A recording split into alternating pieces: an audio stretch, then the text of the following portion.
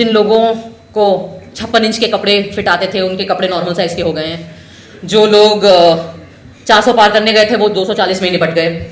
हमारे देश में इक्वालिटी बिफोर द लॉ ऐसा माना गया है कि हमारा संविधान हमें ये हक देता है कि इस देश में जो न्याय व्यवस्था है, जो लॉ है, उसके सामने सब लोग बराबर हैं। इक्वालिटी बिफोर द लॉ का कोई मतलब नहीं है अगर equal treatment before the law नहीं होगा। इत्तेफाकन मैं हिंदू घर में पैदा हुई, इत्तेफाकन मैं एक सवर्ण परिवार में पैदा हुई, इत्तेफाकन मैं ऐसे परिवार में पैदा हुई जो खुद पढ़ा लिखा था अंग्रेजी माध्यम में, इत्तेफाकन मैं अंग्रेजी माध्यम में पढ़ी लिखी हूँ और बोल सकती हूँ, और इत्तेफाकन मैं बॉलीवुड में की फिल्मों में काम कर चुकी हूँ। इसलिए शायद जिन लोगों ने उमर को उन्हीं केसेस में और बाकी साथियों को, मिरन को, अतर को और गुजफा बाकी लोगों को उन्हीं केसेस में अरेस्ट किया, उन्हें लगा कि शायद ये ज्यादा हो जाएगा। आप एक मुसलमान को आतंकवादी बता सकते हो, लेकिन शायद एक Hindu x naval officer, teacher, professor mother की बेटी को आतंकवादी बताना थोड़ा ज्यादा हो जाएगा, कन्वीनियंट नहीं होगा हमारी मीडिया के लिए। उसमें उमर की एक डेट आने वाली थी बेल की, और उसके पहले ही जो न्यायाधीश थे जिन्होंने सुनना था वो केस, उन्होंने अपने आप को रेक्यूज कर लिया। नहीं समझता कि मैं काबिल हूं कि मैं ये केस सुन सकूं। क्यों काबिल नहीं हुआ? बड़ी पढ़ाई लिखाई करी होगी आपने जज बनने के लिए, कई सालों से आप आई एम अज्यूमिंग हमारे ही टैक्स के पैसों की तनख्वाह आ रही होगी आपको, हमारे ही टैक्स के पैसों से जो घर बनते हैं सरकारी उनमें आप रह रहे होगे, हमारे ही टैक्स के पैसों से जो पर्क्स आपको मिले हैं उन पे आपकी जिंदगी कंफर्टेबल है। तो आपको क्यों ये हक है अपने आप को रिक्यूज करने का अपनी जिम्मेदारियों से? क्या ये हिंदुस्तान के नागरिकों के साथ गद्दारी नहीं है? आप केस पढ़ें, आप अपनी बुक्स देखें, आप अपना कॉन्स्टिट्यूशन देखें, आप जो भी आईपीसी देखें और आप उसके ऊपर डिसाइड करें। इसका आपको वक्त नहीं मिल रहा है। कपिल सिब्बल साहब ने कहा कि मुझे 20 मिनट दे दीजिए, आपको 20 मिनट नहीं मिल रहे हैं। माननीय प्रधानमंत्री के साथ आपको गणेश पूजा करने का बहुत वक्त मिल गया था, पर अपना काम करने के लिए 20 मिनट नहीं मिलते हमारे न्यायाधीशों को।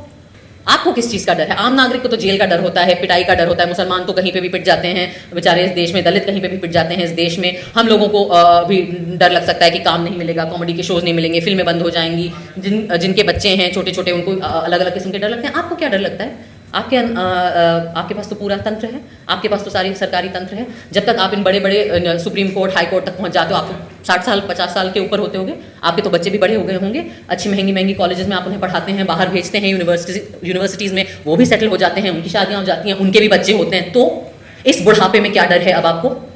अब क्या लालच है आपके अंदर? क्या चाहिए आपको? हाँ, क्या जरूरत है? गवर्नर पोस्ट चाहिए, राज्यसभा जाना है, इतनी आपके अंदर लालच है कि आप महज आपका काम आपसे करने को हम मांग रहे हैं, वो आपसे नहीं हो रहा है। मानती कि ये किसी भी प्रकार का न्याय है। न्याय करने में होता है, न्याय बोलने में नहीं होता, न्याय भाषणबाजी नहीं होती, न्याय एक्शन होता है। लेकिन मैं ये भी कहूंगी कि अगर ऐसे ही चलते रहा तो वो जो खून के धब्बे हैं वो हमारी न्याय व्यवस्था के दामन पर भी लगेंगे, वो छींटें आप पर भी आएंगी। इसलिए इस मंच से मेरी अपील है, बहुत ज्यादा हम नहीं मांग रहे, अपना काम करिए। दोस्तों, 4 साल बहुत लंबा वक्त होता है। उमर और मिरान, अथर, खालिद साहब, गुशफा और शर्जील और अन्य लोग 3, 4, 5 साल पहले गिरफ्तार हुए थे, और ऐसा लगता है कि हमारी न्याय व्यवस्था भूल गई है कि कितने सालों से ये लोग जेल में बिना बेल के, बिना ट्रायल शुरू हुए पड़े हुए हैं। तो मैं आज इस मंच के माध्यम से हमारी न्याय व्यवस्था को याद दिलाना चाहती हूँ कि 4 साल कितना लंबा वक्त होता है। सितंबर 2020 में उमर गिरफ्तार हुए थे। तब से कोविड के 3 वेव आकर चले गए हैं, 3-4 अलग वेरिएंट निकल के आ गए हैं इस बीमारी के, उनके इलाज भी लगभग आ गए हैं, पता चल गए हैं। 4 साल में मैं अपने फहाद, जो मेरे अब पति हैं, उनसे मिली। दोस्त थी पहले, जब उमर गिरफ्तार हुए हम दोस्त थे, जब अथर गिरफ्तार हुए हम दोस्त थे, महज दोस्त थे। उन 4 साल में हमारी दोस्ती पक्की हुई, ये लोग तभी भी जेल में थे। हमारी दोस्ती और पक्की हुई, ये तभी भी जेल में पड़े रहे। फिर हमें मोहब्बत हो गई, ये तभी भी जेल में थे, इनको बेल की सुनवाई भी नहीं हुई थी। फिर हम एक दूसरे के परिवार से मिल लिए, तभी भी जेल में थे।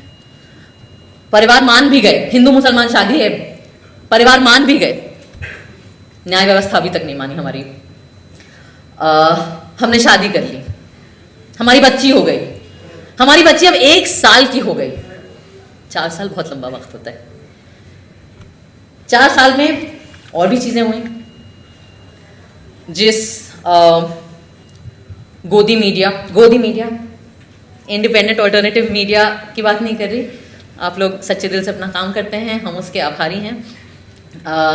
4 साल में जिस गोदी मीडिया ने उमर के खिलाफ, इन सब लोगों के खिलाफ इतना विट्रियोलिक, इतना जहरीला कैंपेन चलाया था, वो गोदी मीडिया नंगी हो गई इन 4 साल में। उन्होंने उन 4 साल में और भी अलग अलग तरह के विक्टिम ढूंढे जिनके ऊपर मीडिया ट्रायल चलाया जा सकता हो।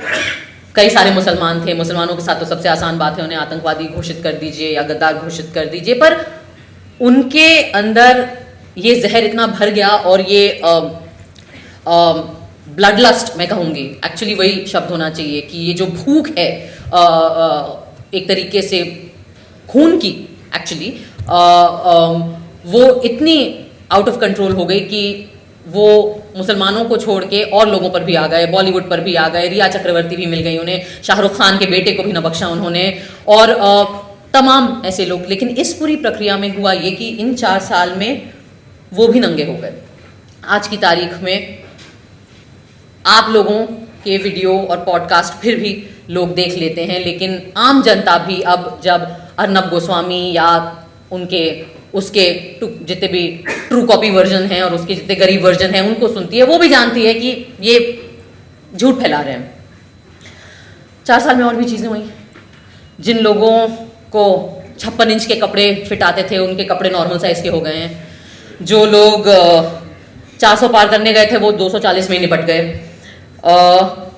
4 साल में हमारे न्याय व्यवस्था के जो माननीय न्यायाधीश हैं, उन्होंने भी कई जगह जाके न्याय की परिभाषा पर कई भाषण और एलोक्यूशन कंपटीशन और रिसाइटल दिए, अलग अलग कॉलेजेस में, अलग अलग विश्वविद्यालय में, दुनिया के अलग अलग देशों में भी। 4 साल में इस देश का एक कन्विक्टेड, मैं नहीं कह रही हूं, हमारी न्याय व्यवस्था ने जिसको कन्विक्ट किया है रेप का, वो इंसान राम रहीम, वो भी 4 साल में 10 बार बेल और पैरोल पा गया। 4 साल में गुजरात सरकार नियमात के तहत गिरफ्तार किया गया, उनके खिलाफ, कई लोगों के खिलाफ ट्रायल भी उन्होंने शुरू करने का वक्त उन्हें नहीं मिला।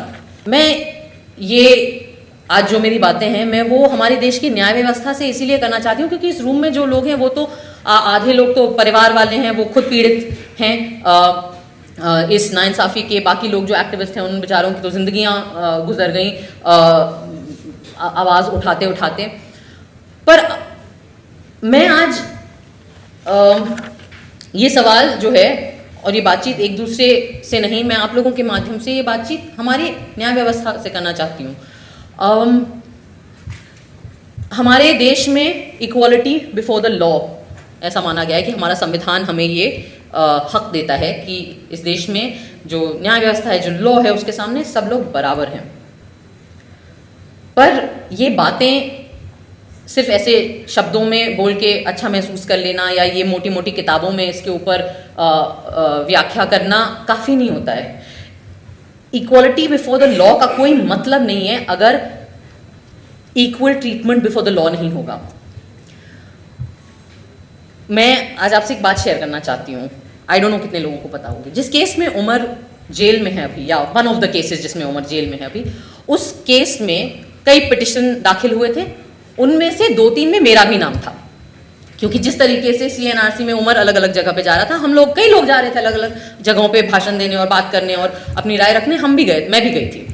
और मुझे याद है जिस तरीके से सब लोग सोशल मीडिया का इस्तेमाल कर रहे थे, हमने भी किया था। और जिस रात JNU पे अटैक हुआ था, मुझे याद है जनवरी 5 वो रात थी, और 5th या 6th, 5th आई थिंक, है ना। और ऑब्वियसली मैं बम्बई में शूट कर रही थी, मुझे याद है, और मेरी माँ JNU में इस वक्त प्रोफेसर थी, अब वो रिटायर हो गई हैं, और मैं ऑब्वियसली बहुत परेशान थी। और मैंने कई ट्वीट करे लोगों को बताते हुए, क्योंकि जेएनयू के स्टूडेंट्स हम लोगों को मैसेजेस कर रहे थे, वीडियोस भेज रहे थे, और मैं वो वीडियोस पोस्ट करके कह रही थी कि जेएनयू में ये हो रहा है, सड़कों पे आइए, आप लोग सड़कों पे आइए, पीसफुल जेएनयू के गेट पे आइए, वहाँ इकट्ठा होइए।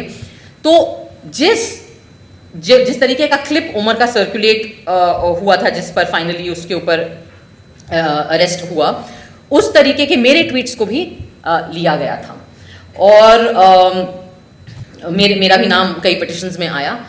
और जैसा कुणाल ने कहा, आई सपोज ये मेरे एक्सीडेंट ऑफ माई बर्थ जिसको कहते हैं, कि इत्तेफाकन मैं हिंदू घर में पैदा हुई, इत्तेफाकन मैं एक सवर्ण परिवार में पैदा हुई, इत्तेफाकन मैं ऐसे परिवार में पैदा हुई जो खुद पढ़ा लिखा था अंग्रेजी माध्यम में, इत्तेफाकन मैं अंग्रेजी माध्यम में पढ़ी लिखी हूँ और बोल सकती हूँ, और इत्तेफाकन मैं बॉलीवुड में की फिल्मों में काम कर चुकी हूँ। इसलिए शायद जिन लोगों ने उमर को उन्हीं केसेस में, और बाकी साथियों को, मिरन को, अतर को और गुजफा, बाकी लोगों को उन्हीं केसेस में अरेस्ट किया, उन्हें लगा कि शायद ये ज्यादा हो जाएगा। आप एक मुसलमान को आतंकवादी बता सकते हो, लेकिन शायद एक Hindu x naval officer, teacher, professor mother की बेटी को आतंकवादी बताना थोड़ा ज्यादा हो जाएगा, कन्वीनियंट नहीं होगा हमारी मीडिया के लिए। उसमें शायद ऐसा हो सकता है कि आप जो झूठ, जो जहर फैलाते हैं, वो लोग नहीं सॉलो करें बाकी उतनी आसानी से।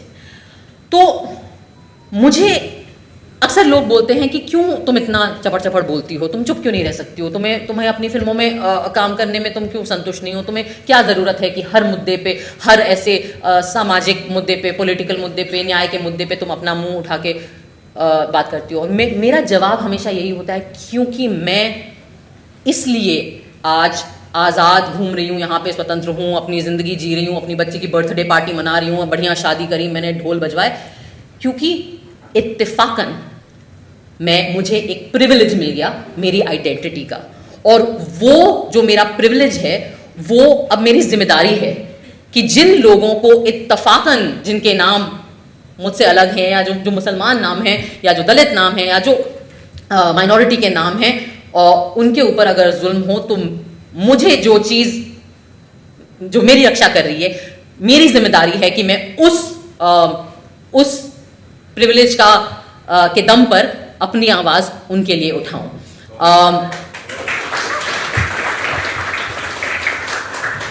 मैं एक और सवाल पूछना चाहती हूँ, और हो सकता है अब तो खैर आईपीसी बदल गया है, पता नहीं कौन सी एक नई भारत कुछ क्या बीएनएस कुछ न्याय क्या भारतीय न्याय संहिता आ गई है। मैंने उसके पढ़े नहीं है क्या क्या उसमें रूल हैं, तो अब मुझे पता नहीं कि अगर अगली चीज़ जो मैं बोलूँगी उसमें कोई ऐसे कुछ केस बन जाएगा, बन भी सकता है। हमारे देश में आजकल कमाल तो ये है कि किसी भी बात पे केस बन सकता है और हो सकता है आपके ऊपर।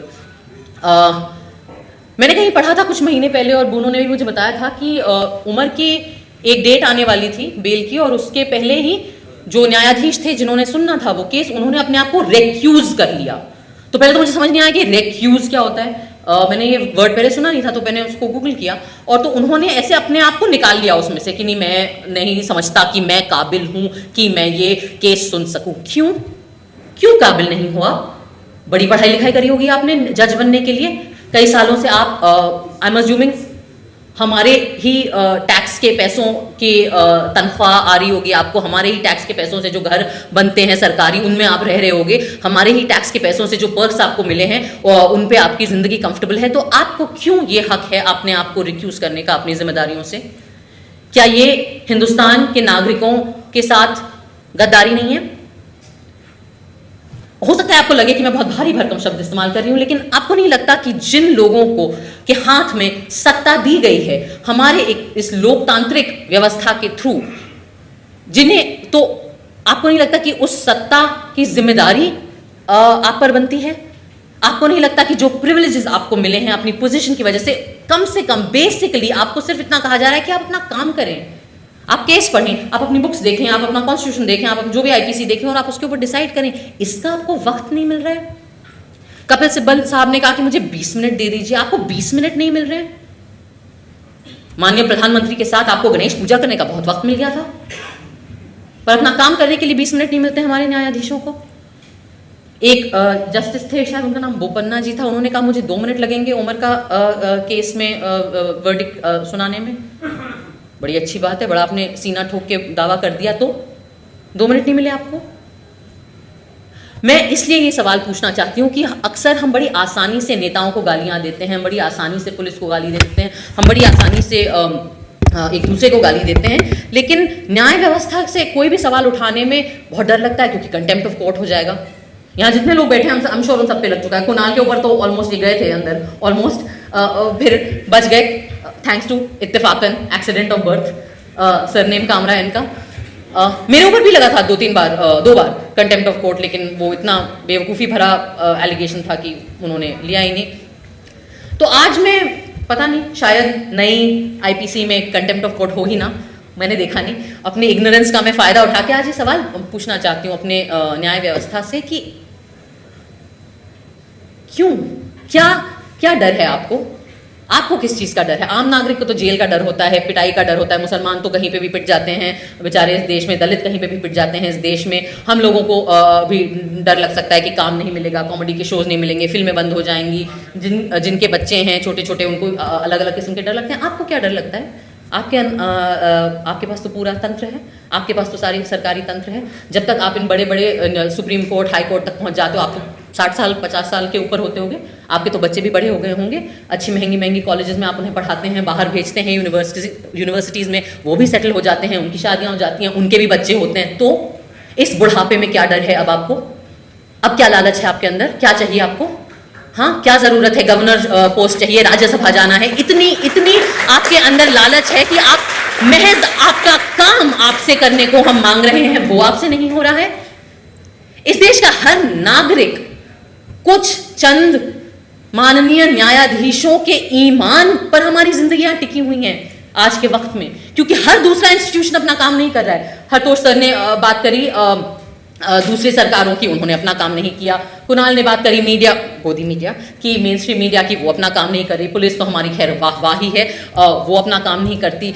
तो फिर हम क्या करें? हम कुल मिला के हमारे पास बच जाता है अपना संविधान, और हमारे संविधान के जो कथित रक्षक हैं उनकी तरफ हम देख सकते हैं। तो इसलिए मैं आपसे पूछ रही हूँ आज ये सवाल इस देश के हर नागरिक के तरफ से कि आपको क्या डर है, आपको क्या लालच है? आप ऐसा कैसे होता है कि आप लोग अपना बेसिक काम नहीं कर पाते हैं? इतना वक्त आपको लग जाता है, और वो भी जब हर अति पार हो जाती है, तब आपके अंदर जब स्टेट्स के चीफ मिनिस्टर अरेस्ट होने लगते हैं, जब इतना सर से पानी इतनी ऑब्वियस चीजें हो जाती हैं, उसके बाद इलेक्शन आ जाता है, फिर 400 पार नहीं होते, आप हार ही जाते हैं, आपको बैसाखी की सरकार चलानी पड़ रही है, तब हमारे माननीय न्यायाधीशों को वक्त मिलता है कि वो बेल की सुनवाई लोगों की करना शुरू कर दें। मैं नहीं मानती कि ये किसी भी प्रकार का न्याय है। न्याय करने में होता है, न्याय बोलने में नहीं होता, न्याय भाषणबाजी नहीं होती, न्याय एक्शन होता है। और आज मैं ये बोलना चाहूंगी कि मुझे इस देश के नागरिकों के साथ कई लोगों ने गलत किया। अगर मैं अंग्रेजी में बोलूं, then the citizens of our country have been let down by almost every institution that has been given power by the democratic setup of our country. But I don't believe that any institution has let down the citizens of our country like the judiciary of this country. And I think that's a crying shame. शर्मनाक है ये बात। और मुझसे पूछा जा सकता है कि क्यों तुम्हें क्यों इतनी इमोशनल होने की बात नहीं है? नहीं है क्योंकि जब बेल नहीं मिलता है ना, तो ऑफ कोर्स परिवार परेशान होते हैं, माएँ बेबस होती हैं, बहनों का दिल दुखता है, बच्चे बड़े हो जाते हैं, आपको देखने को नहीं मिलता। Sorry, I am little hormonal and emotional, मेरी बच्ची बहुत छोटी है अभी, I am a nursing mother, so अगर मैं इमोशनल हूँ तो मैं माफ़ी चाहती हूँ। लेकिन मैं आपका ध्यान, या मैं आपको रिमाइंड करना चाहूँगी, मैं हमारे न्याय व्यवस्था को रिमाइंड करना चाहूँगी कि बेल की सुनवाई टाइम से नहीं करना सिर्फ एक नहीं हुआ, हो गया, ये नहीं होता है। क्योंकि जब आप टाइम से बेल ग्रांट नहीं करते ना, तो 84 वर्ष के एक्टिविस्ट जैसे स्टैन स्वामी थे, उनकी जेल में मौत भी हो सकती है। तो ये जो आप पर जो भार है और आपने जो अपनी जिम्मेदारी सही वक्त पे नहीं करी है, उसका प्राइस बहुत ज्यादा होता है और वो बहुत गलत होता है। और वो हर किताब में, हर धर्म के आस्था के नजरिए से देखें आप, हर लीगल एंगल से देखें तो वो घोर नाइंसाफी है। और अगर हम आगे इसी पथ पे चलते गए तो मैं बिल्कुल दो टूक ये कह सकती हूं कि इस देश की मेन स्ट्रीम मीडिया जो है उसके हाथों पे खून है। उसने हिंसा भड़काई है। जो लोग दिल्ली के दंगों में मरे उनका खून हमारी मेन स्ट्रीम मीडिया पर भी है और लोगों पे हो ना हो। लेकिन मैं ये भी कहूंगी कि अगर ऐसे ही चलते रहा तो वो जो खून के धब्बे हैं वो हमारी न्याय व्यवस्था के दामन पर भी लगेंगे, वो छींटें आप पर भी आएंगी। इसलिए इस मंच से मेरी अपील है, बहुत ज्यादा हम नहीं मांग रहे, अपना काम करिए। धन्यवाद।